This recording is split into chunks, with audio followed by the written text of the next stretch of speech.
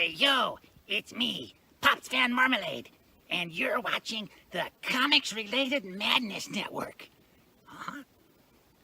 So come get some. CromCon. CromCon. If you're a fan of comic books and comic book conventions, Daytona Beach Comic Con needs to be on your list of must-attend events. It's a show that actually focuses on comic books. Imagine that!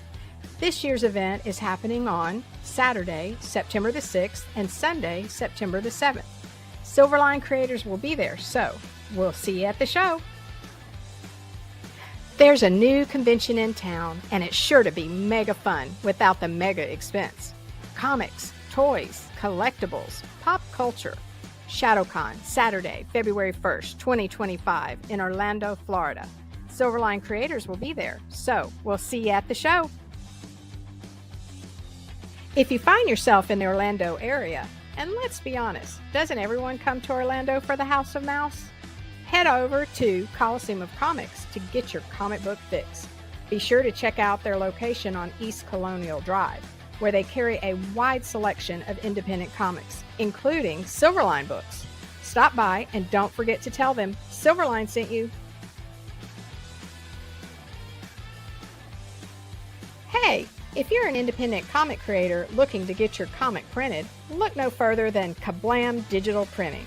They print our comics and do a fantastic job. They can even print special edition covers. When you reach out to them, be sure to tell them Silverline sent you.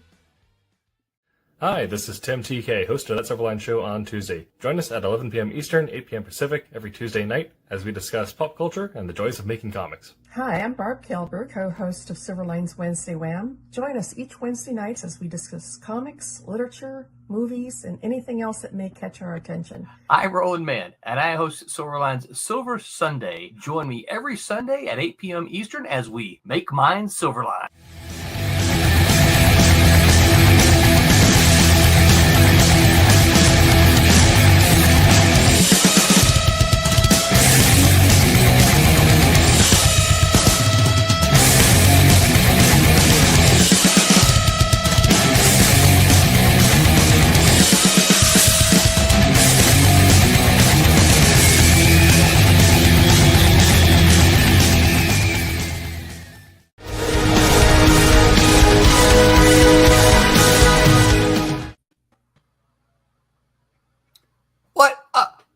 Sorry, don't mind me.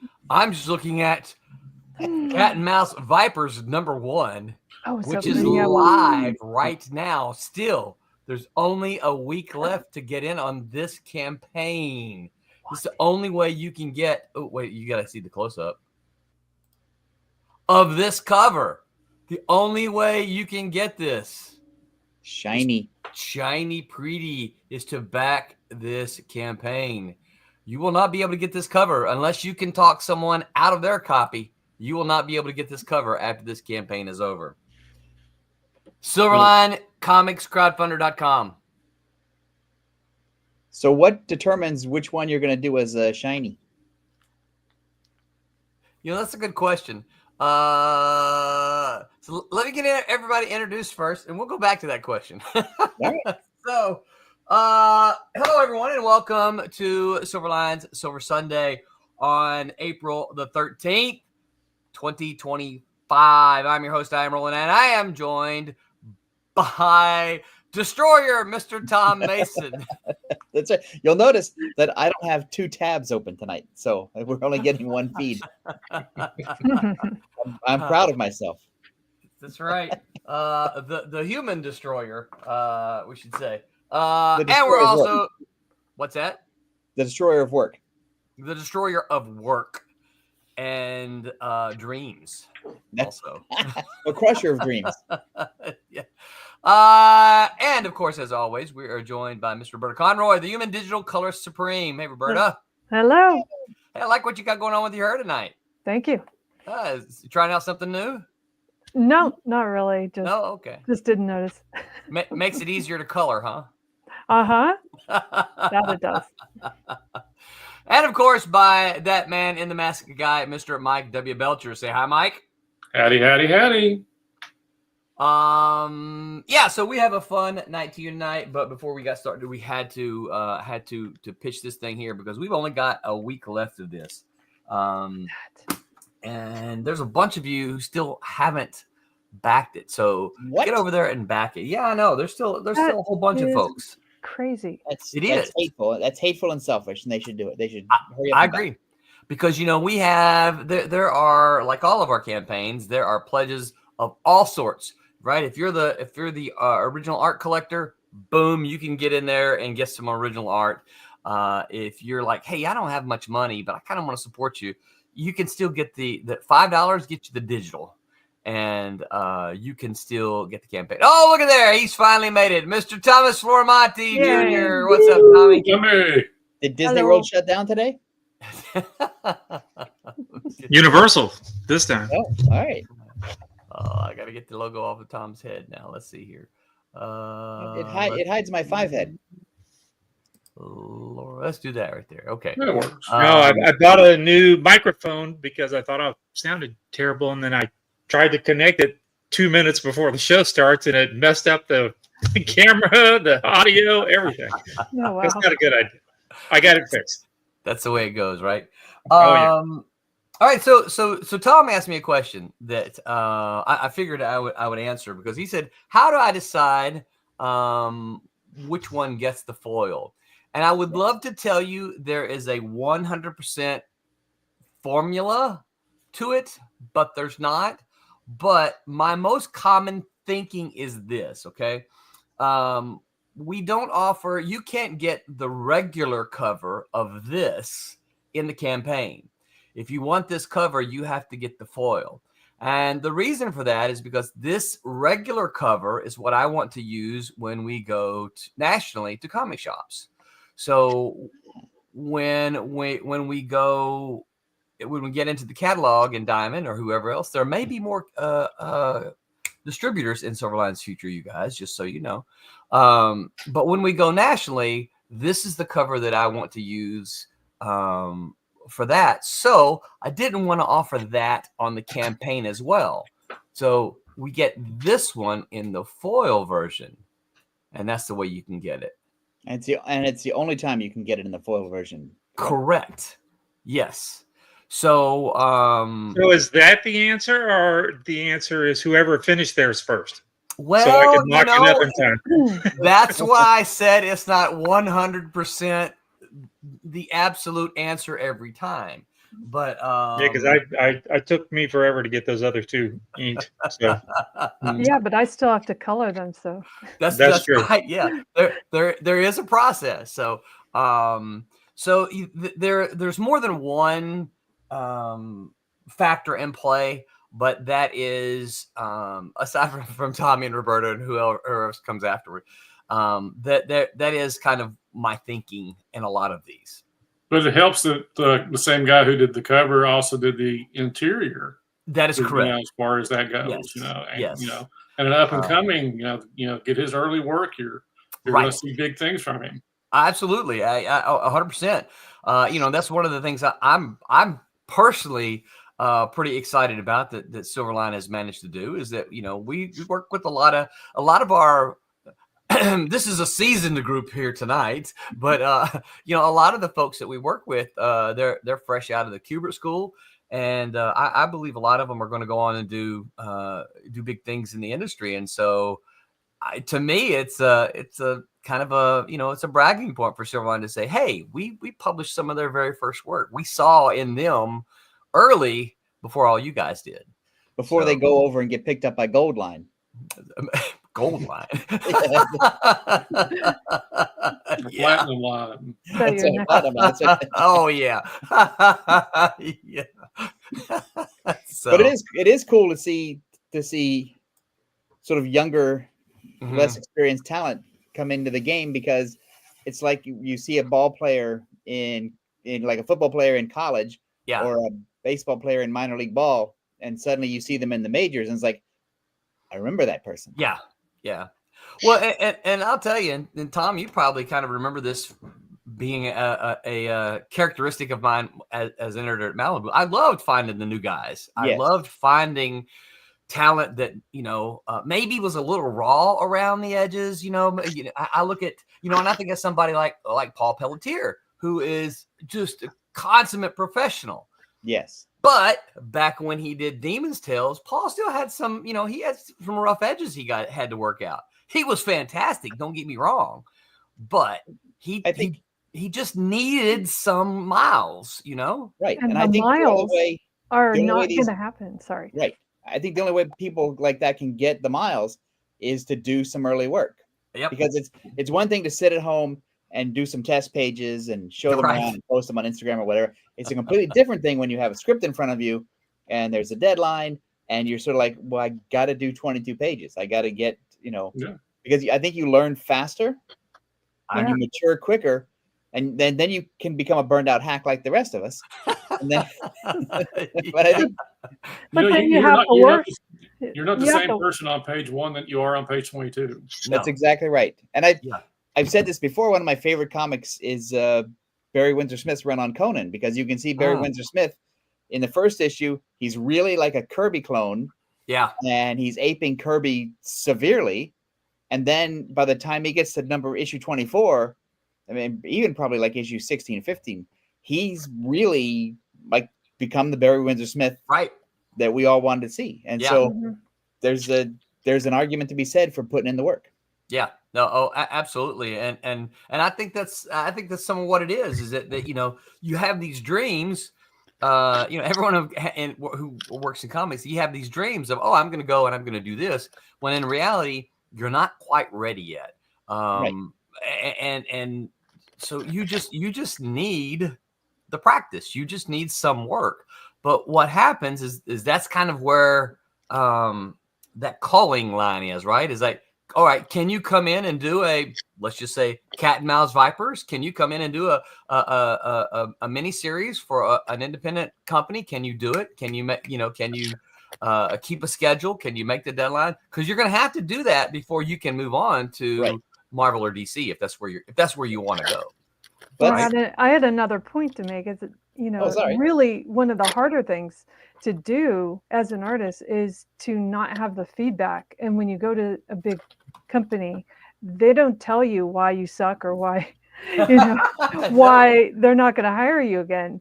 But, just that very initial project on a smaller scale, you'll get the real relationship to have honesty push you forward. And so you can have that, ability to hone your skill in the direction that actually will get you a career. Yeah. Marvel and DC don't have time to take your work and give you a panel by panel breakdown of why it's not working. They're just going to tell you no. Nope, sorry, we can't use you. Or yes, you're ready, let's go. Also, you can really find out if this is for you or not. Yes. Because a lot of people dream about it. Oh, I want to break into comics. I want to do this. And then you find out, I got to do a page a day. There's work involved, right? Oh, I got to do a page and a half a day. Sometimes I got to work into the night. Sometimes I got to work on the weekend.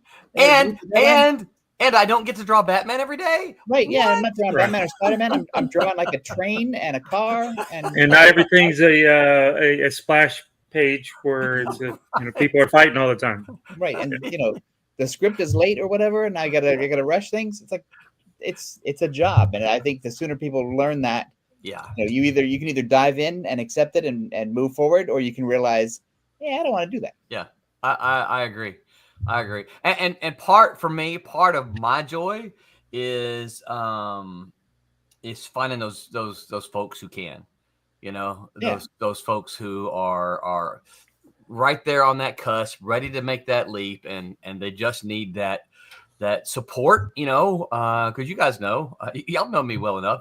We give them moral support with Silverline. I mean, it's an encouraging group, and so sometimes people need that moral support from a team, and it helps to push them right over. So that's something that I enjoy doing, and partly what I like. And I think, speaking of, I think you guys are going to absolutely love watching Angelo grow. Mm-hmm. I'm excited. Angelo, I've never asked him his age, but he's a young guy. I'm sure he would tell you that too. He's a young guy. He's a fresh Kubert School graduate. You can listen. You can look at his work, and if Angelo, if you're listening, man, I say this with love in my heart. You can look at his work and say, I see where he could have done something. I see where he could have fixed this or that. That's a little rough, but that's a little rough around the edges. But here's the deal, right? The next issue, by the way, which Angelo has already penciled, I should say, you can look at it and say, wow, look at what he did. Going from 1 to 2, right? So to me, that's fun. That's just a lot of fun to watch somebody develop. It is. So a couple comments here already. Madness says, hey, yo, what's up, Pops? Thanks for hanging out with us as always. And he says, good job, Thomas. What did I do? You showed up. Oh, okay. All right, I'm gone. And then David A. Scooter says, hey, David, thanks for hanging out with us as always. We appreciate you, man. It says baptism by fire. Yeah. Yeah. 100%. 100%. Well, a lot of people don't understand that there's a lot of work involved. It's very rewarding, but there's still a lot of work. Well, Tommy, I know by now it's probably embarrassing you, but yours is one of the stories I love to tell. Yeah, I got a great story. You do have a great story. Stephen and I were roommates, and Tommy used to show up we were friends anyway, but Tommy used to show up and show us inks, and they weren't very good, right? But Stephen would always. You said they were great. Hey, what happened to that moral support you were talking about? Yeah. I gave Tommy. Tommy, we told Tommy he was doing great, right? But thanks. Now the thing about it is, Tommy was like clockwork. He was always bringing stuff in, right? And then and Stephen always had photocopies of whatever he was working on. I think that's one of the reasons Tommy's so good on Stephen, because I think Tommy looks great on Stephen. Because Stephen is part of it's where he learned a lot of his stuff.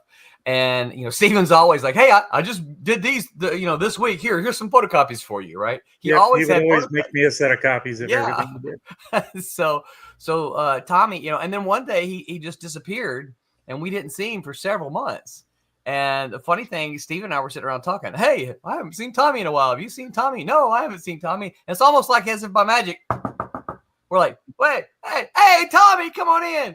And he showed us his inks. It was like, wow, dude, these look great. And I still remember, this is almost an exact quote. We're like, Tommy, these look great. What have you been doing, man? He goes, what? You think I wasn't listening to all that criticism y'all were giving me? Yeah, just go practice. Well, I wanted to work. I wanted to get some work. Yeah. Well, and I don't remember the project. You probably do. I seem to recall that Steven said, hey, I've got this thing. You want to ink this? And it was a real legit project. I don't even remember. Yeah. I don't remember what it was. Wasn't it something? Didn't I help out with the Cray thing at the beginning of a couple of Cray pages or something? Yeah, you probably did. Mm-hmm.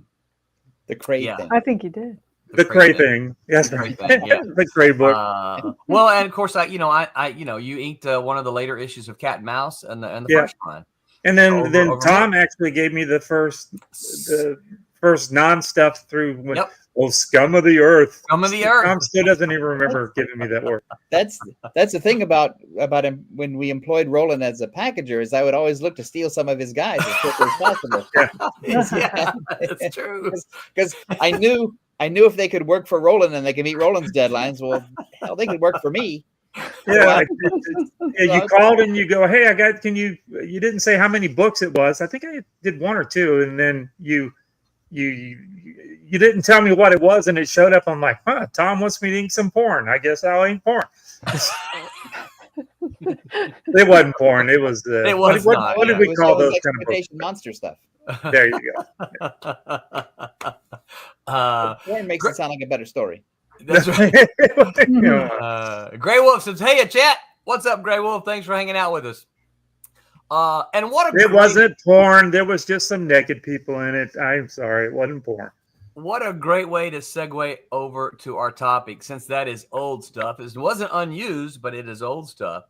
We're going to talk tonight. We're going to go around and see what everybody does and so some of the thoughts are. What do you do with old work, unused work, right? As a creator, it doesn't matter whether you're a writer, whether you're a penciler, inker, colorist, you've got work that you have done that was either canceled, wasn't used, was revised in some way to make the older version not recognizable with the first version.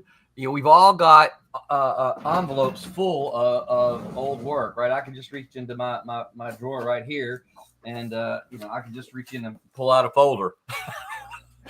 Here's one, right? One folder. Just one folder. So what do we do with old work, right?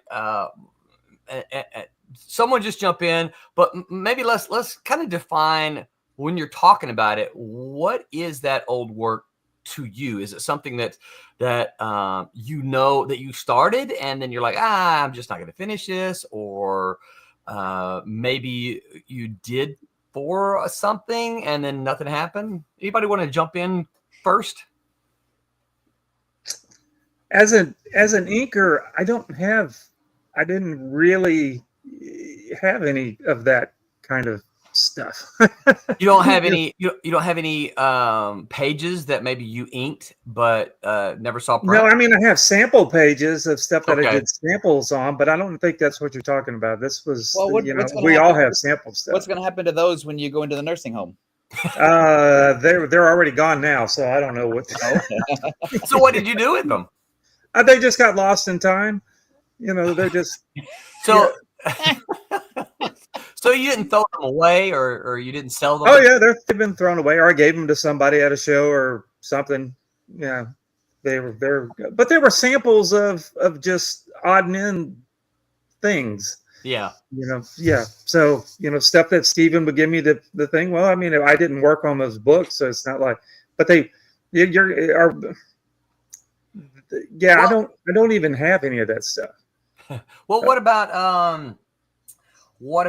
Zomboy? Do you have any pages from Zomboy that you started on and then said, no, I'm not going to do this? And no, I got to the when I finally start. That's just me. When I started drawing it, that's what I used it all. So I guess that's kind of a lie. I do have some sketch stuff of issue 4 that I never put out, but they weren't on boards. They were just thumbnails.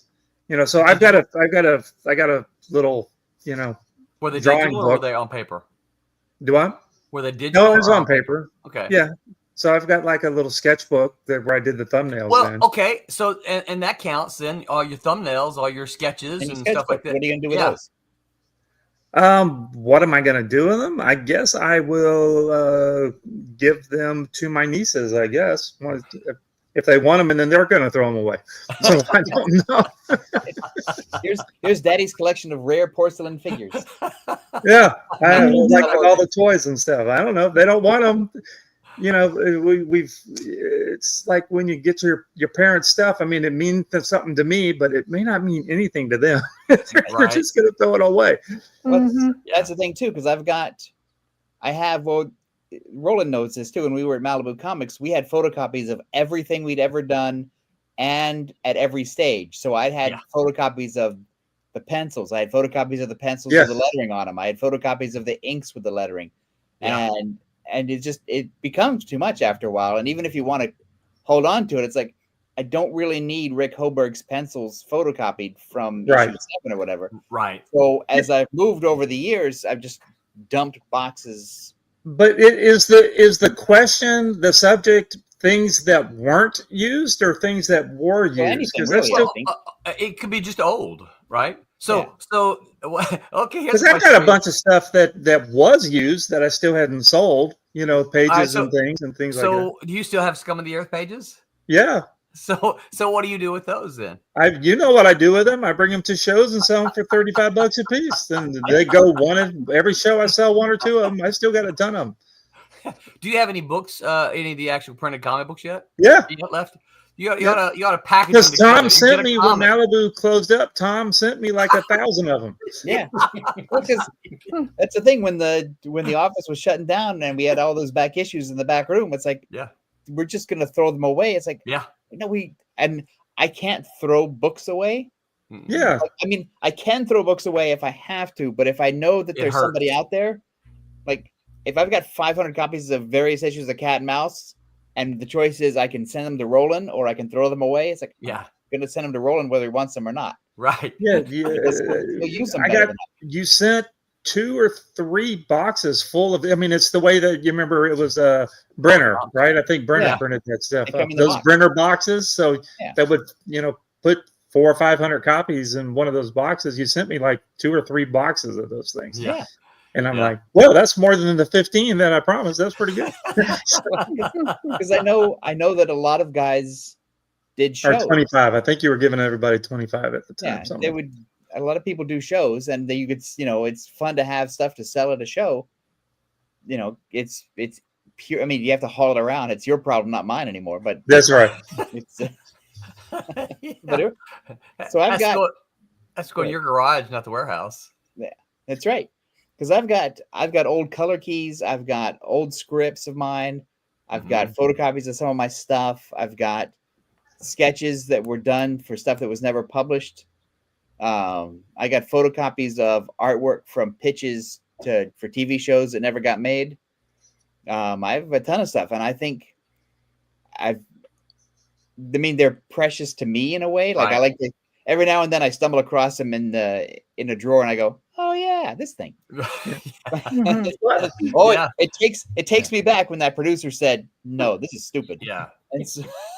Well, I'm guessing as writers, being that you're like at the very front of the big line of everybody doing stuff, you probably have a lot more scripts and things of that book that had to be rewritten and written before it even goes to the penciler, because you guys don't want to have to, or whoever's the publisher doesn't want to have to get the penciler to redraw 5 pages because they kind of have to pay them for it. So at that point, it's like use them unless you really got to change something. You're going to use them anyway. I was lucky because I didn't really become a writer until the computer was invented. Yeah. Yeah. And so all of my stuff fits on like a disc. Yeah, so all your stuff is digital copies someplace. And you probably, and I don't know about you, Tom. I know Roland's got he's got everything that he's ever written stored. Revisions and revisions and revisions. Oh, me too. Because I do. The great thing is, well, there are 2 things. Like I've written a bunch of pilot scripts for shows that never got made. Wow, I can still fiddle with those pilot scripts and do something. Use them for something else. Absolutely. Like never throw anything away, and I'll be screaming that as they lower me into the hole. Like, I can don't erase those. Wait! I got this. My nephew might want that, and so but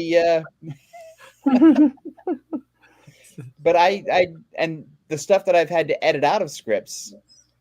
It's like, well, I still like that line. Right. Or I still like that scene. Yeah. I'm going to clip that out and I'm going to put it in. I have a master document of stuff that I've had to cut out. Yeah. It's like every now and then, if I get stuck for something, I go back into that file and I just start to scroll through. Yep. And I could use that now. I'll just put it back. It's like I'm my own Chat GPT. That's right. And I'll give you a couple real, very specific examples. Jesse Sosa says, howdy. What's up, Jesse? Thanks for hanging out with us tonight. What do you do with your old work, Jesse? That's what we're talking about tonight. So back when Malibu had the Planet of the Apes license, right. I had pitched you a story, and I managed to do with one with Darren Goodhart. Darren Goodhart, Bruce McCorkindale, right? And had a blast. And so I pitched Tom another one. Tom, you probably don't remember it because it didn't happen. Tom liked it, but he said, unfortunately, Roland, he goes, if we're going to keep the Apes license, I would probably go with this, but we're not going to keep the Apes license. Right. And so this was towards the end. So yeah, it wasn't that Tom said, oh, you suck, this story sucks, or anything like that. It was just that, you know what, wrong timing, bad timing, whatever. I've still got that, right? I still have that in a file, clearly I can't write a planet. I can't make that a Planet of the Apes. But it could be Planet of the Gerbils. It could be Planet of the Gibbons, right? Yeah, that's right. Planet of the Penguins. I think that's your best bet, Roland. Story. But the plot is still good. I mean, it's still a post-apocalyptic plot. Right. Yeah, it's the story is still there, but some of the other stuff can change, right? So, yeah. So I've still got dirty penguins. But I also, I mean, I save that stuff because I recognize that I might want to repurpose it in some form down the line, right? As you know, as time runs out and I start to get closer to the hole. But but my kids, my family, whatever, they have no interest in that stuff. Like they're not gonna go, oh look, here's a color key from Tom's old work. It's like, no. Why did Dad no, Tom, this is actually what they're gonna say. Hey, this is from Tom's work. What is this? I don't know. It's not a page. It has these. What are these little? Can we did Dad draw this? I bet we get $20 for this on Etsy. Yeah. Yeah. But what I am interested in keeping or not destroying are the trademarks and the copyrights that I own. Yeah. Yes. Because those can be passed down, because that's, again, the chances of it are fairly small, but there is a potential there for money down the road. Yes. That you wouldn't want to leave that field unplowed. So I'd pass that down, but the physical copies of the stuff I care about, but I don't expect other people to. Well, and I saw a couple of years back, maybe 10 years now. I reached out to our old pal, R.A. Jones, and I said, hey, R.A., I'm for my class, I'm looking for some comic scripts. Do you have anything? And he said, I was looking for something a little bit older of his. And he said, you know what? He goes, I donated my entire library of scripts to, I want to say the local university where he was. Right. And they've got like an R.A. Jones script collection there. Right. Ari, if you're listening, I apologize. Ari lives in Tulsa, so I don't know if it's a school in Tulsa, like Tulsa University or I don't know. Tremendous tax break. What school it is? What's that? Tremendous tax break. Oh yeah.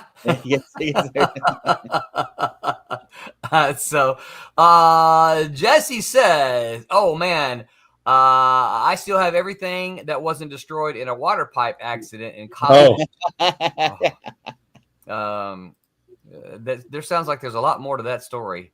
Yeah. And then he says, being in the game industry, I back up every project I've ever worked on. Yeah, we thank goodness that we have the cloud today, right? I've become a big supporter and believer in the cloud. David says, I will gladly take any color keys from Tom's old work. That's the thing. I've got some of those, and for some reason, I have some of Englehart's. Really? Because I taught a class in comic book scripting years ago, and I used Englehart because it was easy to assemble back in the 90s. I had Englehart stuff because I didn't want to be so pompous as to use my own stuff. I wanted to use other people's stuff. I was using. I had an outline. I had an outline from Englehart. I had his script. I had the photocopy of the pencils, and then I had some color keys to show everybody 1, 2, 3, 4. This is what it looks like. Cool. That's neat. And so that I've got those. Yeah. The thing about it is I didn't think about, I mean, I wish when I started teaching the class that I'm teaching, I reached out to a bunch of people, you included, Tom. I got animation scripts from you. Tom's like, yeah, I don't remember that. I do remember that because I had to look and see which ones I could legally send you. That's right. Yeah. You said I got to find out which ones I can let go of. So I used I don't teach animation anymore, but I still have the comic book stuff you sent me. But 35 years ago, I wasn't thinking, oh, I'm going to hold on to this, these photocopies and Englehart's work because I'm going to use it in a class one day. Right. I just wasn't thinking that way. Well, I didn't. After I used it in the class, I just put it in a box, and then that box just moved around with me from place to place. Yeah. So it wasn't like I wasn't like Gollum. It's not on your bookshelf. My precious. It was more just like I threw it in a box and the box just traveled around. I used to keep because so I've written a couple of novels. I used to keep the drafts of them. I had like draft 1, draft 2, draft 3, draft 4, draft 6. They would fill up an entire thing, and I'm like, why am I keeping all of these drafts? I finally got rid of them all. I think probably one of the reasons that I kept them was because this is one of my all-time. This is one book that's been on my desk no matter where just Elements of Style. Mm-hmm. It's been on my desk no matter where I have lived or worked, and as part of maybe it's in one of the other drafts. I finally broke down and brought one of the updated. Well, I don't see it in here now. So what a lot of people don't realize is that E.B. White is the same person that wrote Charlotte's Web. And Stuart Little. That's right. Well, in one of the versions of the Elements of Style that they did, he had the first page of Charlotte's Web on there. It was just a photocopy. It was a scan of it, and it showed all of the proofreading and editing. It's not in this version. All the proofreading and editing that he had done for that script before it actually saw print. Because it was originally called Charlotte Kills a Spider. I don't know. Not a strong title. Yeah. Charlotte Squashes a Bug. Yeah. Because Animal Farm was once called Hey, What They're Talking. Yeah. Jesse says, I'm finally working on a comic book that my friends and I started 30 years ago. So I plan on scanning them all and including them all in a bonus art book when I compile everything into there you go. cover. There you go. That's cool. Exactly. 30 years ago, he hung on to that stuff and finally got a position to do something with it. Yeah. All right. So let's spin a little bit, Mike. I can tell you more examples, but Mike, what about you? Much to my wife's lament, I'm a pack rat. I keep everything. I have got everything from my teen years and on, and I keep them in a very ever-growing plastic shelving that I just keep. I'm not so whatever that I did it by decade. But I have character designs and scripts I used to type on word processors, and just little ideas. And maybe periodically I get frustrated about all the mess that I have, and I toss them, but I repurpose them. I've just about everything you'll see in Man in the Mask is something I've created along the line and just completely changed it from whatever.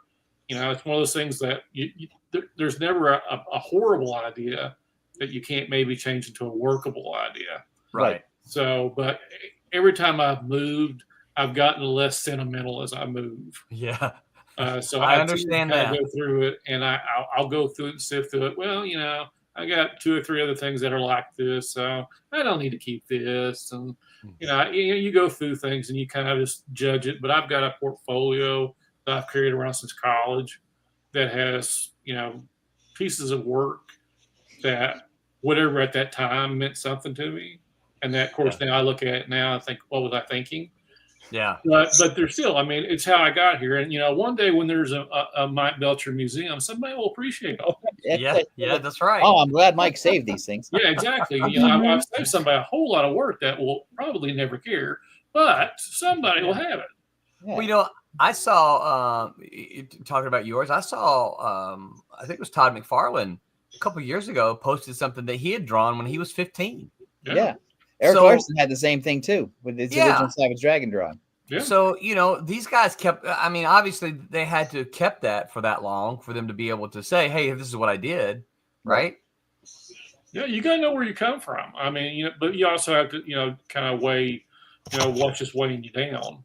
Right. But I've always been a believer that I believe that you see where you're going. And again, now that I'm somewhat regularly publishing, why wouldn't I want to tack one? Maybe I was a little more energetic and a little bit more, with wilder ideas that I could maybe mold better nowadays. Well, go ahead. I was going to say, and you can take and look at some of what you did then and went, well, this is really silly, but that's not. I can take this idea, Exactly. Yes. right? Yeah. I can take this can do idea something with it. and I can fix it so that it works today. That's the thing too, because for me anyway, sometimes it's hard to come up with the idea. Yeah. Because ideas are precious and few. And so I think if I had an idea 20 years ago and I wrote it down, and I might want to revisit that old idea and start fiddling with it, or just scrolling through the file of old ideas can inspire me to create a new idea, because that's right. Yeah. Because it's just getting back in my own head again. Yeah. Yeah. 100%. Jesse says, in a similar vein, I still have my first 3D models that I made back in college in the late 90s. They're always so much fun to bring up and show to current students. Yeah. Sounds like Jesse, sounds like you're a teacher as well. Jesse says it really helps track progress and especially show that progress in a tangible manner to students that may feel a bit defeated and overwhelmed. Yeah. Because that's the thing too. When we reach a certain age that we're teaching people, we're fairly we've progressed fairly well since then. So it's kind of fun to say, well, here's what I was doing when I was at your level. Here's what I did when I was 16.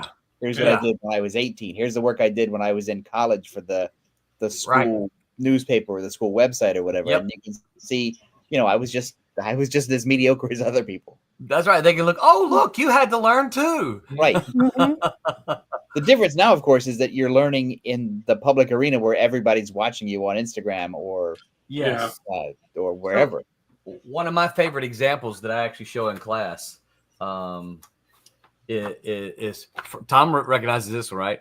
That's true. And whenever I'm in class, I say, all right, this is the next example I'm going to show you is from a rookie writer who really didn't know much about what he was doing at this point in time.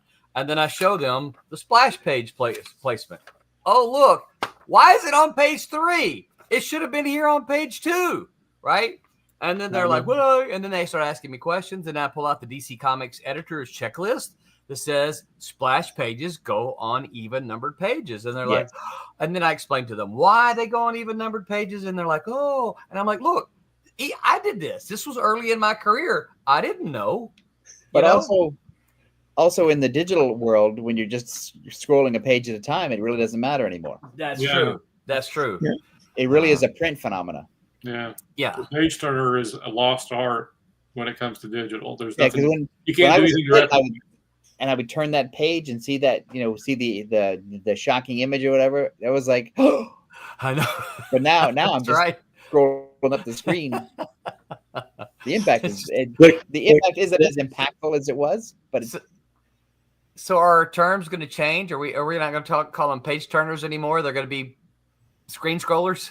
I guess so. Well, page turner sounds like a private eye from the 40s. Well, it sounds like the book that I read was a real page turner. Well, now our kids are going to say, "Oh man, that comic I read was a real screen scroller."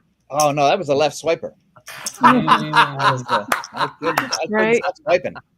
Swiping, no swiping. David says also sometimes revisiting old work reminds you that maybe you didn't stink as much as you remember. Oh no, I did. I did. Yeah. It's both. You see your mistakes, and then you also are like, that wasn't bad. I can see, where I learned from that. Well, especially if you look at the stuff before that, you can say, "Oh, look, I learned something from here to there." Mike, do you do everything digital, or do you do you do it on paper? So you have a bunch of. I started full digital last year. I'm not penciling on board anymore. Just because it's a lot easier, So all your man in the mask stuff, are you keeping those pages, or have you sold them? Yeah, I've got them. I've got them all. I've got said it's a whole shelf. Whenever I finish an issue, I would put it in there. And I've tried to all my old Zomboid stuff. I've still got. And I didn't sell. I never bring any of that stuff to sell. Yeah. So how scared are you of hurricanes and tornadoes and rain? It's just the way it is. I'm not worried about it. Yeah. All right, Roberta, what about you? You've done a lot of stuff over the years, so my physical stuff was college age and before, so that stuff I kind of kept, just because of curiosity. It's not. I went through it and took stuff out, I think that I didn't have any feeling for, or it didn't really When you say you show took it any out, promise did you or whatever. throw it away? Yeah, I actually Did you threw it really? away. Yeah, like mechanicals and graphic design. Nobody needs to see the overlays. It's stupid. It's like hieroglyphics at this point.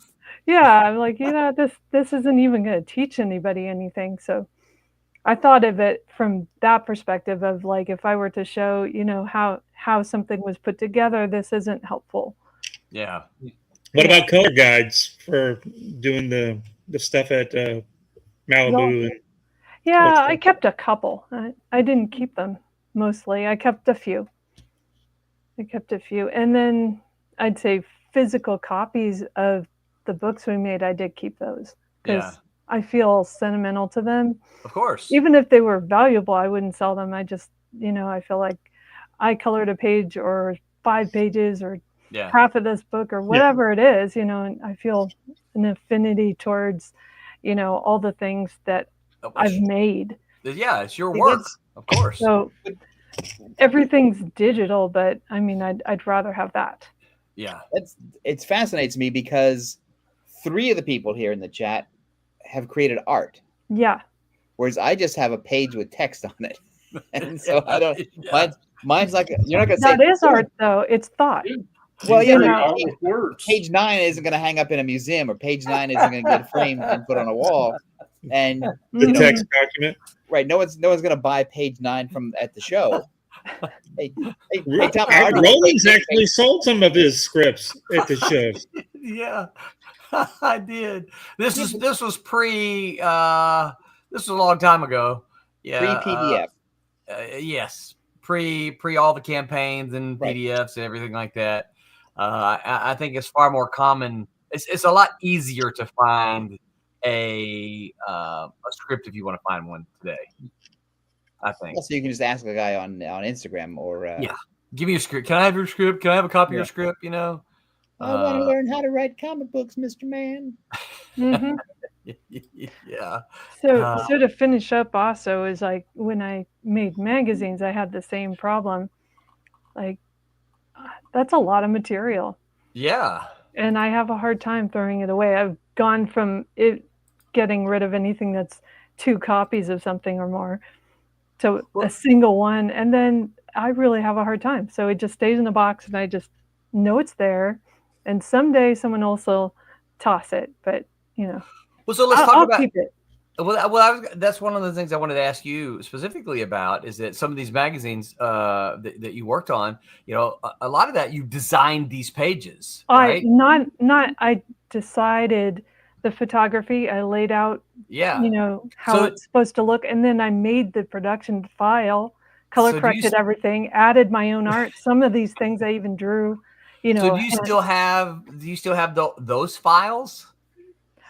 No, not all of them are files. Okay. Some of them I kept as files, and some of them, is kind of like not my property. Right. You know what I mean? Yeah. But the printed work is. Right. Yeah. So I have it. I would guess that the color guides and stuff you did while you were in the office at Malibu, probably most of them just stayed there, right? Because you were doing them there. Well, we actually tried to return the color guides to the folks who did it. Like Barry got a bunch of. He should have. Oh yeah. Yep. Because the thing about all that stuff that was old fashioned paper is it builds up. Yeah. And you don't want to keep it all. You got to store it. And you got to move it out. Yeah.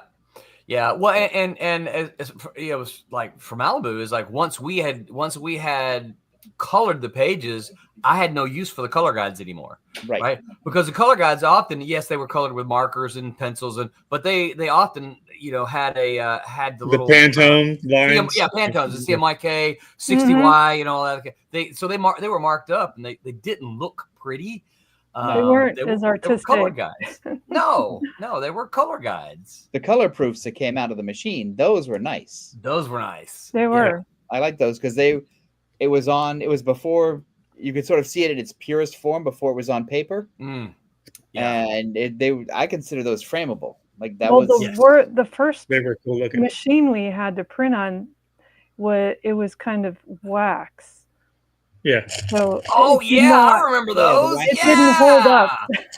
And then we Yeah. went to color Xerox, and that was You fine. know, I forgot all about that. Wow, the Roberta, waxy until ones you were mentioned it. terrible. Yeah, so that did not last. Well, and then we got those that had the each plate layers, that was the 4 an overlay. layers. The layers. Yeah. I have all of one of those. Yeah, so see, sometimes the things that you have, you can't keep it because you have to change the form.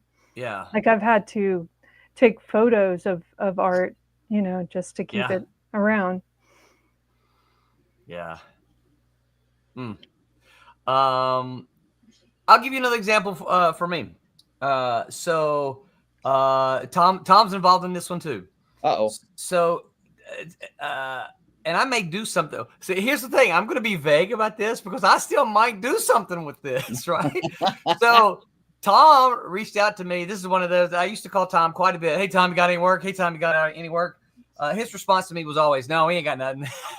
But then maybe about it. Oh no, I know. But then maybe a day or two or a week later, Tom would call me. Hey, we got this idea for this thing. What do you got? Well, this is one instance where I think one thing stopped, and then I asked Tom, well, what else you got? He goes, I don't know. I'll look around and see what I can come up with. They had a book that that you had gotten the rights to, which is public domain now.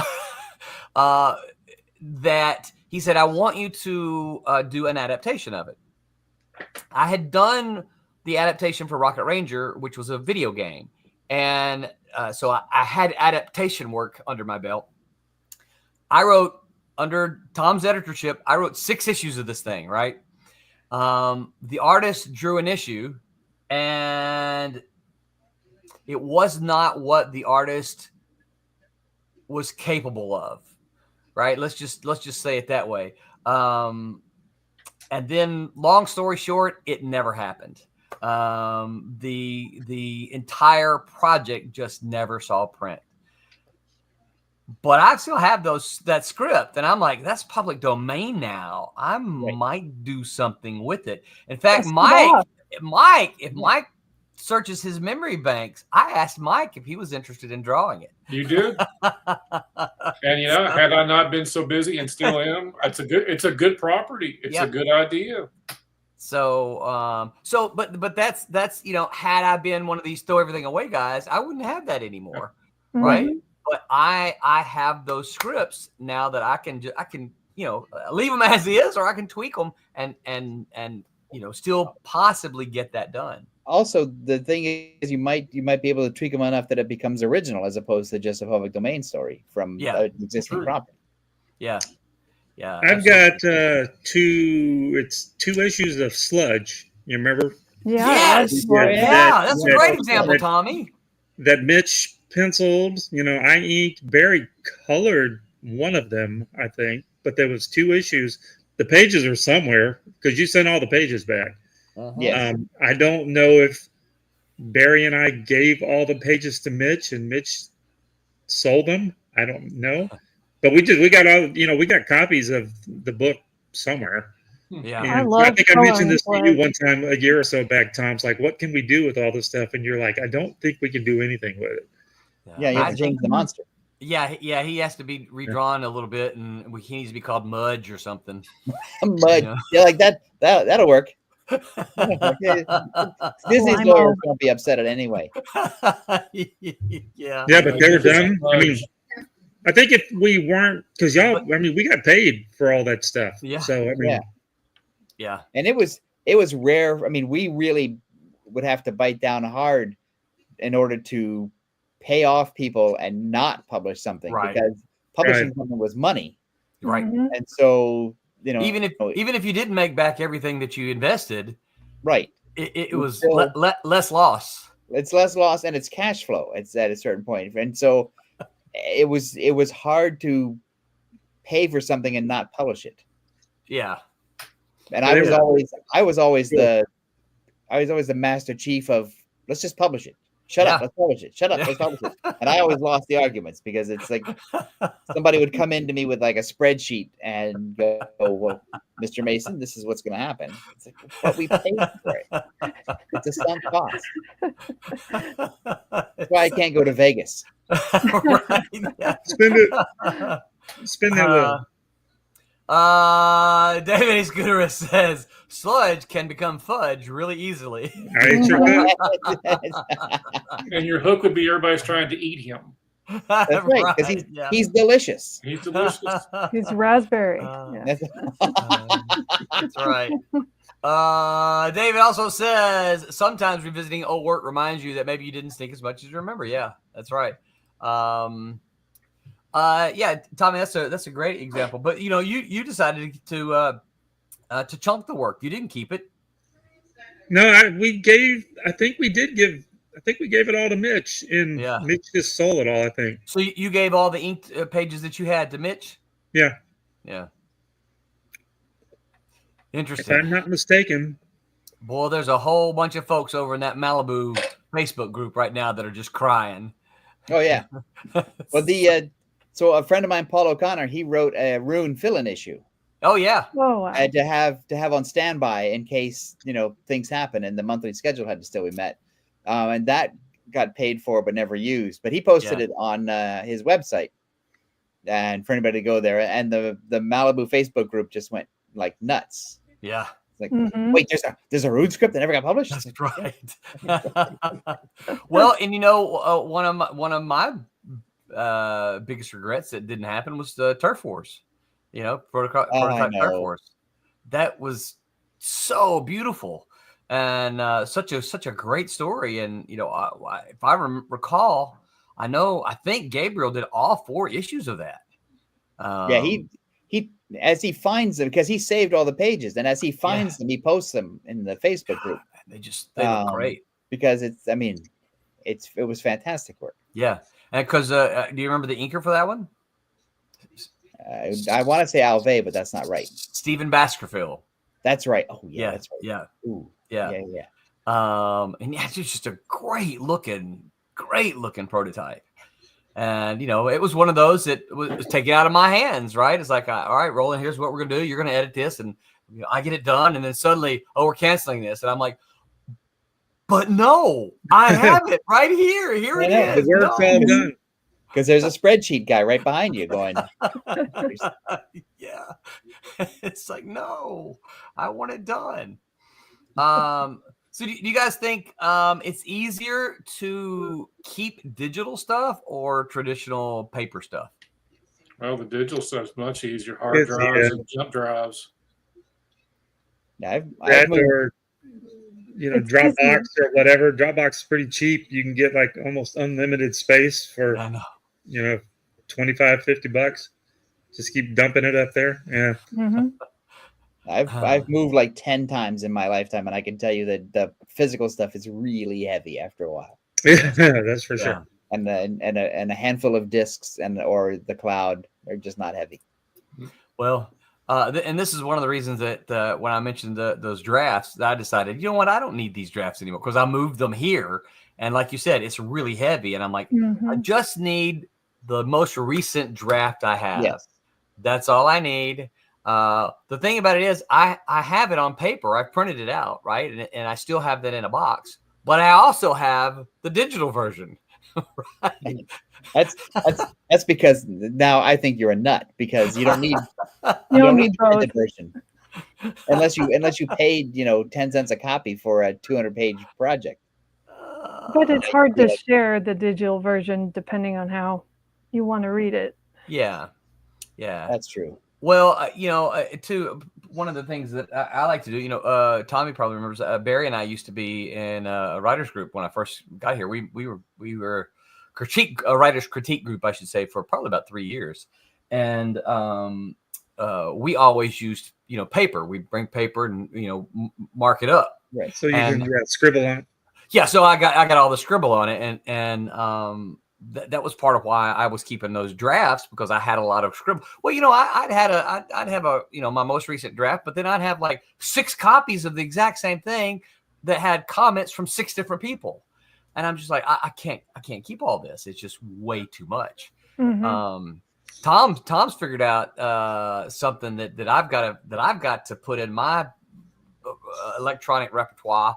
One of the most recent things I sent him, Tom sent me back a PDF, and he had his handwriting all over it. I'm like, how did you do that? Mm-hmm. It's easy. Comments with the everywhere. Yeah. It's So the iPad and the Magic Pencil. It works great. Yeah. So Tom's got an iPad. He just scribbles on it. Yeah. Yeah. Well, and I found that out by accident because I'm not really good at the technology stuff, but it's like I just started tapping the screen with my pen, and then it started writing on the PDF. And just don't use Let's a Sharpie, do this. Tom. Yeah. Just don't It's use a good Sharpie. sharing tool. No, it's But see, in that situation, it'd be perfect because you would have all of those people's names in a comment. Yeah. All this time, Tom was wondering what that button that said markup meant. That's right. It's because I don't read the instructions. Yeah. I approach everything like I do a claw machine in Vegas, which is you just put money in and see what happens. I don't read the instructions. Life is too short. Yeah. Yeah, you're right. I only read the instructions if I can't figure it out. Right, because if I can't figure it out, I'm not going to use it anyway. True. Then I have to get one of my kids to show me. Hey, how does that work? Right. Yeah. That's what I was going to say. I may have to say, Brett, come here. How do you do this? What are you crazy kids doing with your iPads now? Show me some cool stuff. Yeah. What other kind of old or unused work can you guys think of? Examples. You ever do for you artist types? Do you ever do maybe a commission that somebody doesn't pay for, or they stiff you on, or something like that? What do you do with that? Yeah, I keep that. I keep those around just in case somebody might want to buy it at a show or something. Yeah, I just throw them on the table, and eventually they go. Yeah. It's just inventory at that point, I think. Yep. Yeah. Yep. It's annoying at the time when someone changes their mind, but down the road you can possibly get something out of it. Yeah. Do you ever sell it for more than what the commission was? I did a couple times. Right. So See? That's nice. That sounds great. I mean, you can't get a bank loan based on that, but that's no. that's Well, awesome. when somebody commissions something, you give them a price, but then when you make it maybe on Facebook or someplace else, it's like to a bigger group. It's like, well, here's this. I don't discount it. Why should I? Right. I still put the same work into it. And my opinion is, if somebody goes for the higher number and then wants to maybe barter with me, hey, great. If not, hey, if they take it, who am I to argue with them? Yeah. It's found money at that point. Just dealing. That's right. Yeah, found money. Yeah. And that's part of how I look at some of these old and unused projects that I'm hanging on to. Is that it's kind of maybe not found money, but it's a found story, right? It's like how can I take this? How can I retool it and turn it into something that I can use right now? Well, get you out of jam. You maybe have a dry well and you're looking at your old old files, and then bam, your 30-year-old self just saved you from a whole lot of headache. It's like, hey, I remember doing that. Hey, well, I can use that now. It's like, thank you, former self. I also find it pretty helpful just in structuring a project, at least as an artist, because there are different things that you might want to draw for or create. And so just the process of those different projects, even if they didn't go anywhere, are still helpful in getting your head around how do I approach this project. Yeah. So, Roberta, do you ever go back and look at, because I know, and we briefly talked about this before, how much Photoshop has changed since you've been using it. Do you ever go back and look at any of these old files and go, oh, I can do that? That's a neat idea. No, I could always do that. I mean, that's the problem. I started out. There's a reason Roberta is the human digital colors supreme. I find that it's just how I think about it on but it hasn't changed as much as you'd think. How it's changed is for people that don't know it to be able to get the results without knowing it. Yeah. So if you know it, you don't really have any real need for a lot of the things. It just, there's a couple things that save you some time, but honestly, it hasn't changed. That's the one thing that's weird about it. That was a funny answer. Yeah, No. It was an odd question. I was like, you know what? Actually, no. But I can see my style has changed. Yeah. Yeah. Have you gotten faster? Huh? Have you gotten faster? Or is it because you've grown as an artist that you now spend more time? No, I was faster at Malibu because you paid me per page. Gee, it's funny how that works. Yeah, I know. I don't quite rush as hard as that until I'm paid. Yeah. But to be fair, I do notice, there are quite a lot of changes. Like there's techniques that I think I abandoned because there's easier ones that look better, with less effort. Yeah. Yeah. And that's really kind of what we all ought to be going for, right? As creators of consumable art, is we ought to be going for the processes that are easier and faster and better. Yeah. Yeah. Yeah. So when we were in Malibu, that was part of the joy of the group being there physically all together. Was you said to another person, I made this way, and this other person can actually speed it up and then add a way that they did it to their own workflow, and they can create something faster, by collaborating. And you didn't want to be the slowest one in the studio, when Right. everybody had one or two 2 or 3 pages to do today, and you were the one still working on your second, and they're all doing their fourth, and you're like, what? And that's also what I liked about the group thing for editorial, anyway, is because when there were enough people around that you could just bounce an immediate idea of somebody. Hey, I want to do this, and then all of a sudden 3 people would turn around and snap. No, that's stupid. Do something else. And it's like, oh, okay, all right, I'll work harder. And then you go back. How about this now? And then so you would But there's an immediate feedback loop from other creative people that I find very helpful, even if it's negative. Because it's never negative in the way that it's designed to make you cry. It's just negative, and it's like I have no time to go through all of this. Unless it was one of Tom's production meetings, those made people cry. Well, because I was mean. Where's your but those weren't creative, right? Those were production meetings. Those were creative meetings. It's funny because I know why the book is late, because person X, Y, or Z has a problem. It's like, but how are we going to solve that? Like, here's the dilemma. I don't want to know why the book is late. I understand the creator's in the hospital, or the creator had a breakdown, or the creator, just can't do it. What are we going to do about it? Because the book still has it still needs to go to the printer. Because I don't know if you know this or not, but a comic has to come out every 28 days. Yeah. That was something I learned strongly at Malibu.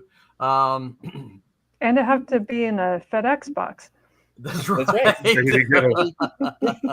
right. You have 27 days because the FedEx box has to go out. That's right.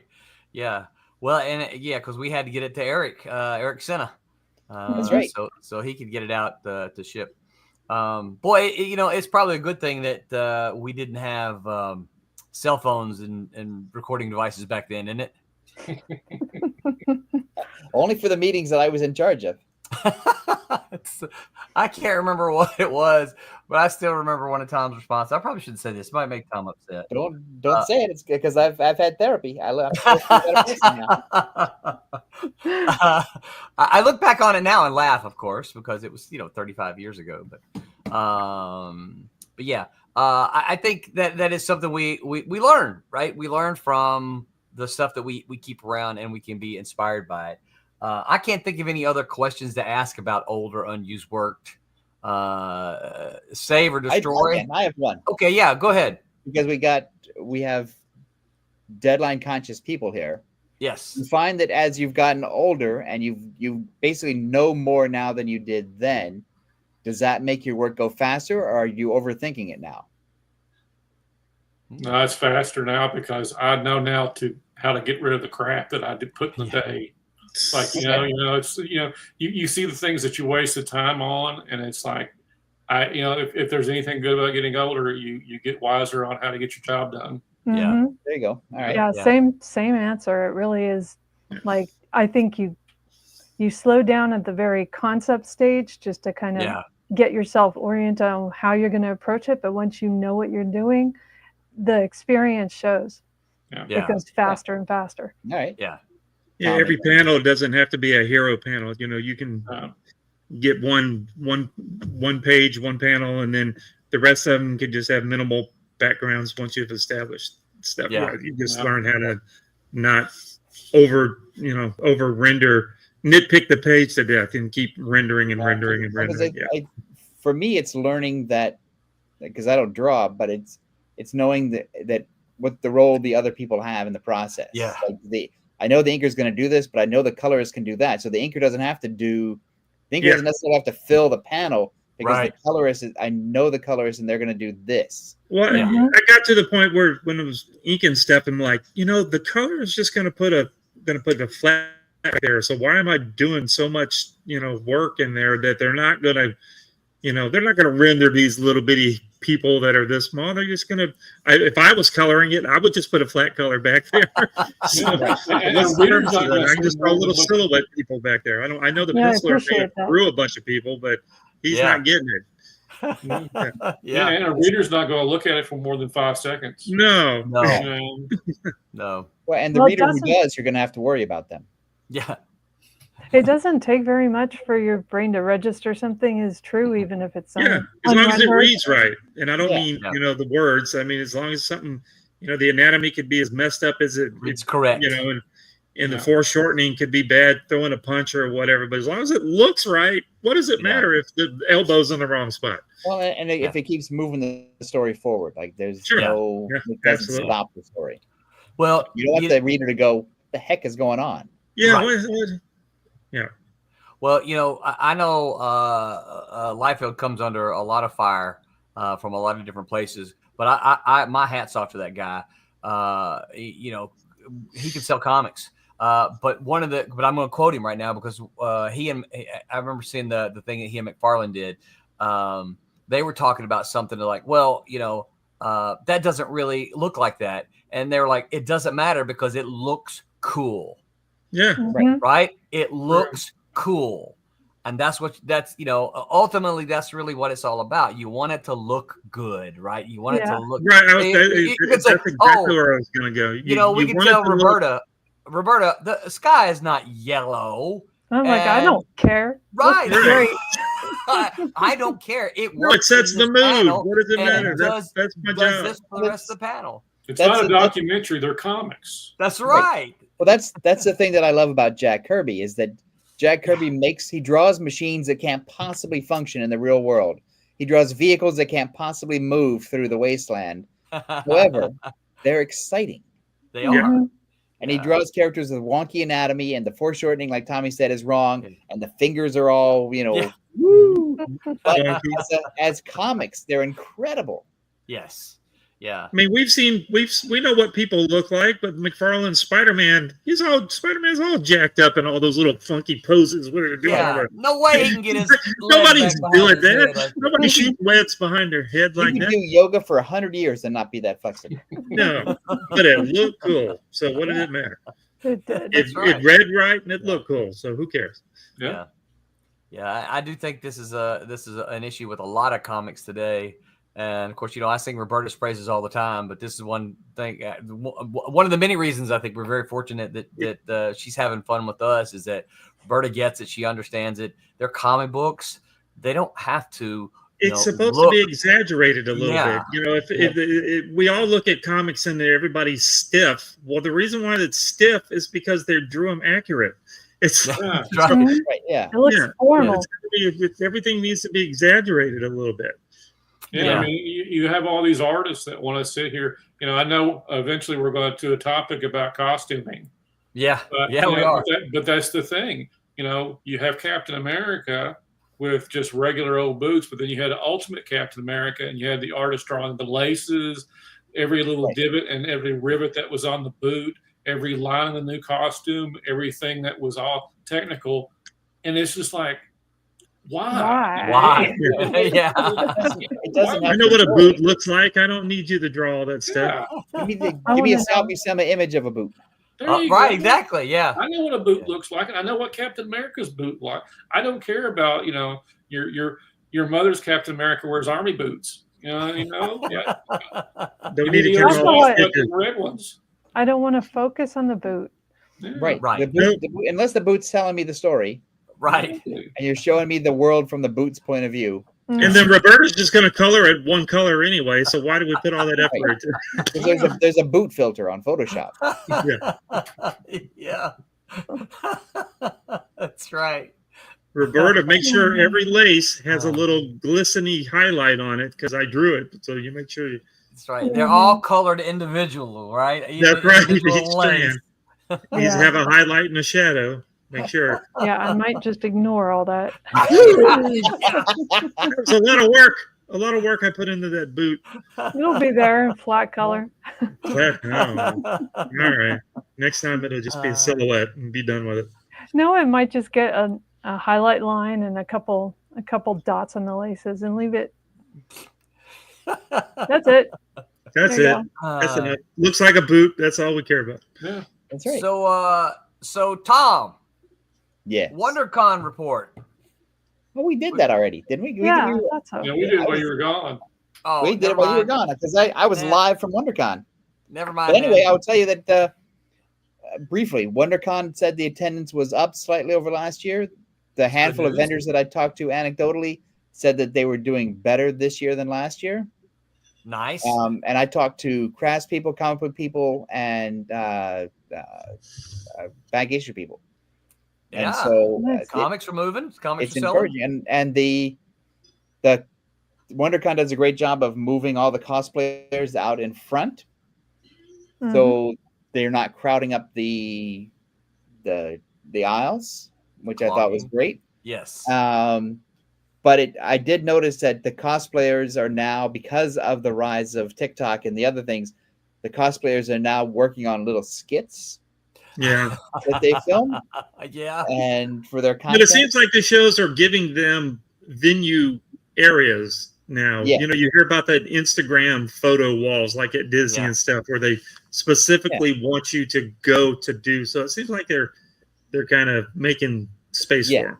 And they said the way WonderCon sets it up is they're in the front at the entrance, so you have to pass by them. They don't segregate them off into a dark corner. Way off to the side, in the back there where all the tractor trailer stuff is. Right. It's like no, they're front because you got to go to get into WonderCon. You have to pass through all the food trucks, and then you pass through all the cosplayers, and then you go into the convention center. And I love all the I've told Roland this many. He knows I love cosplayer stuff. I just don't want them standing right in front of my booth the whole day. Yeah. I'll go out there and take pictures. I come back. I come back with about 20, 30 pictures every show I go to because I just love them. I love costume stuff. I think that's great. I don't want them turning around and placing their sweaty drink glass on my comic books so they can pose for a picture. Yeah, you know. That's get out of my yard. Get out of my yard, kids. Again, they're not there for the comic. Most of them aren't there for the comics, and if their costumes when they're swinging around and posing for pictures knock down my comics, they don't care, right? Knock down some display I have, they don't care. So I love that sounds like a great solution is get them all up there and give them a space. Yeah, I think they give them decorate. They make some of the shows I've been to. They've actually got backgrounds for them. So when they're taking their cool pictures, they've got a whole set kind of thing going on for them. That's they need cool. to have a green screen for them. what's funny to me is many of them seem to have staked out like their spot. Yeah. Like a vendor on a New York City street, and it's like, you can't occupy their spot because that's their spot. And I think it's somewhere there's so a when story. you go, you're like, hey, I'll meet you by Wonder Woman, right? Right. So that's because that's her spot or whatever. Yeah. And so I think in the future we're going to see fights break out between people who are like encroaching on other people's turf. The cosplay wars. That'd be great. Right. Cosplay versus Waffle House. The Sci-Fi Channel. I have. He's writing it down. Cosplay wars. Cosplay wars. Never throw anything away. That's right. That's right. Goes in a folder, right? Goes in a folder. Right. Jesse says, my artist drew a nice detailed city under my characters flying. I went in and motion blurred the whole thing. It looked great at the end. I bet. Right. Yeah. Because it works. Yeah. Only the artist is sad. That's right. It's like, man, why didn't you tell me? I spent all that time drawing these buildings, right? But it wouldn't have looked as cool blurry. That's right. Yeah. Pop says, I got a GRCC report. It was freaking awesome. Watch our shorts on the channel. So Pops was at GRCC this past weekend. And so you guys who were there, go look. Pops needs to tell us about the Roku channel. How's that coming along? Yeah. I haven't seen an update on that in some time. So because that's the one that makes me rich, right? That's right. All right. So anything else? Any other updates or news? Hey, go to theringoawards.com and vote for your favorite Silverline comic and vote for Man in the Mask for webcomic. There you go. Absolutely do that. Because we can't do this kind of stuff without you guys. So the Ringo awards. When does it close? Do you know, Mike? May.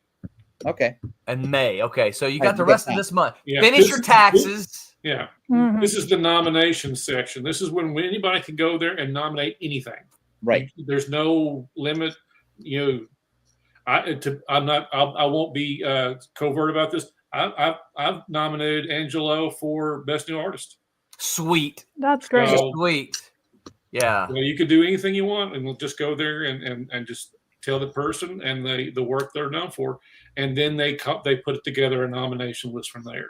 And they're named after Mike Waringo, who I consider to be a transformative artist. Exactly. In the comics industry, like the guy was just incredibly awesome, and it's a shame that he passed too soon. Exactly. Yeah. Yeah, it is. So you guys get over there, give Silverline some love, pick out your favorite creators from Silverline and nominate us for the Ringo Awards. We know it's a long shot, but hey, it won't be a shot at all if you don't get us nominated. So we're doing that. Madness Pop says, for the Roku channel, we need more funding. The only thing stopping us is financing. Buy our merch, sponsor our channel, donate. Yeah, I know Pops is always looking for folks to advertise. With all the people in the network, if everyone threw a 50 at us, we would be up already. And I mean people in the network. So yeah. Is that us? Am I in the network? I think so. I usually pay Pop some money. That's awesome. I'm in the network. You are. You're in the network. I'm in the system. It's like getting a new phone book. Yes, I'm in the system. All right. So before we get out of here, don't forget, jump over to SilverlineComicsCrowdfunder.com and back this thing. We're trying to get some cool stretch goals. I know that Roberta and I are both excited. One of our stretch goals is to do this director's cut. And we both are excited about it. We want to do it, get on there and create. I have never seen comics do this. I'm not saying it hasn't been done. I have never seen comics do this. So I think it would be fun. We jump on there and just spend an hour talking about the pages and what we were thinking and doing. So you guys get over there, back it, help us get that stretch goal. On Tuesday, what's that? I say yes, please. Yes. And share it out. If you've already backed, share it out. Share it out and tell all of your friends. Say, hey, I backed this. You should too. On Tuesday, that Silverline show on Tuesday, we're going to be talking about how to create the perfect chase scene. The crew discusses how you can create the perfect chase scene full of actions, states, ninjas, and more. Ninjas are always good. And giant snakes? Giant snakes. That's right, giant snakes. Giant snakes, everybody. Giant snakes are the ninjas of Silverline. Wednesday, the Wednesday Whammers are going to be talking about heroes inspired by animals. We talk about animal-based heroes. Why do we do it? What makes them appealing or not? And I forgot this Sunday is Easter Sunday. That's right. Next Sunday. But we have the Cat and Mouse closeout, Cat and Mouse campaign closeout scheduled for next week. So Cat and Mouse Vipers and push it to Tuesday? But comes to an end, probably, yeah. Isn't everybody's Easter over by the time we're on the air? Not me. It's 5 o'clock for me. Oh, that's right. Me too. Mid Easter. Yeah. So the current plan right now is next Sunday, Cat and Mouse campaign closeout. We'll have the closeout. We'll talk about it off the air and see what we're going to do if we'll still have that. But right now, the plan is to still have the stream next Sunday with whoever can make it. And if it happens differently, we'll let you guys know and keep you posted. All right, last chance for news. Anybody? Pops had a thing. Oh! Pop, I'd already navigated away.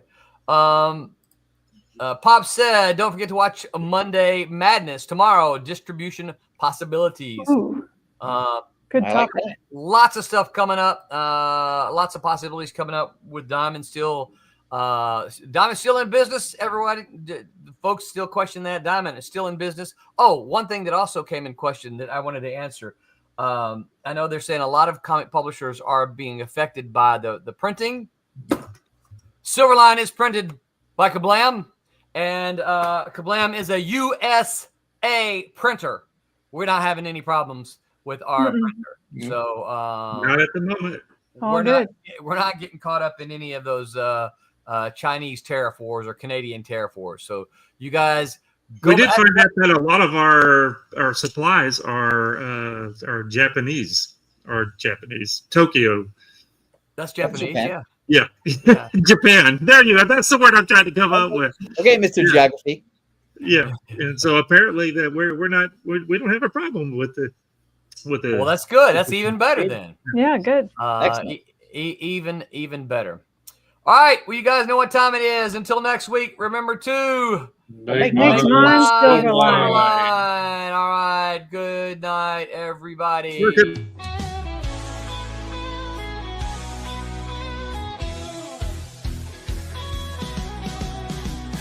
on the tube and feel the vibe.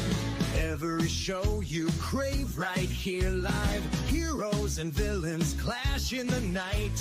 Madness Comic Network sets it right. Scroll through the list, find what you need. Epic battles and fast-paced speed. From capes to cosmic space delight. Tune in and watch your favorites ignite. On Facebook, share the thrill so grand. On X, the buzz across the land.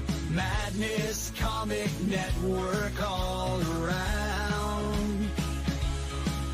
In every episode, joy is found.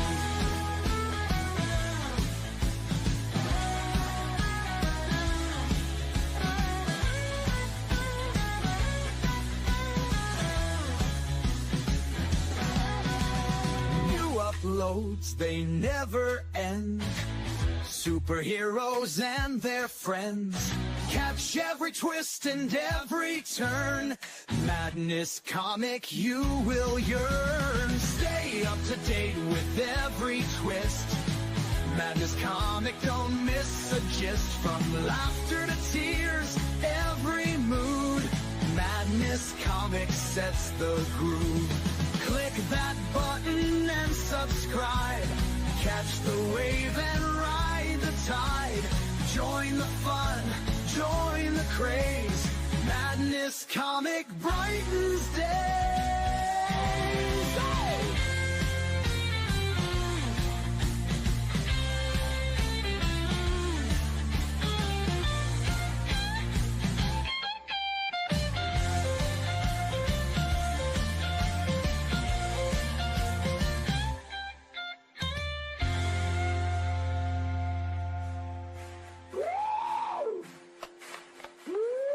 New uploads, they never end.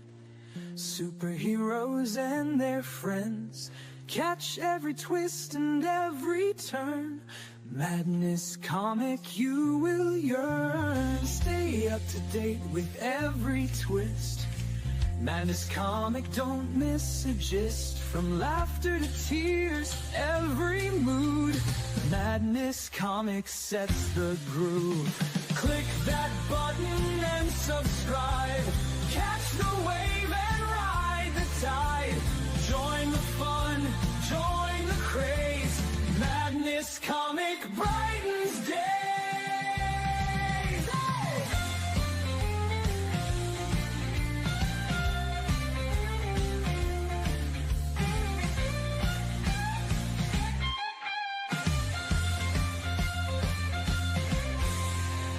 Hi, I'm Greg Horn. Make mine Silverline.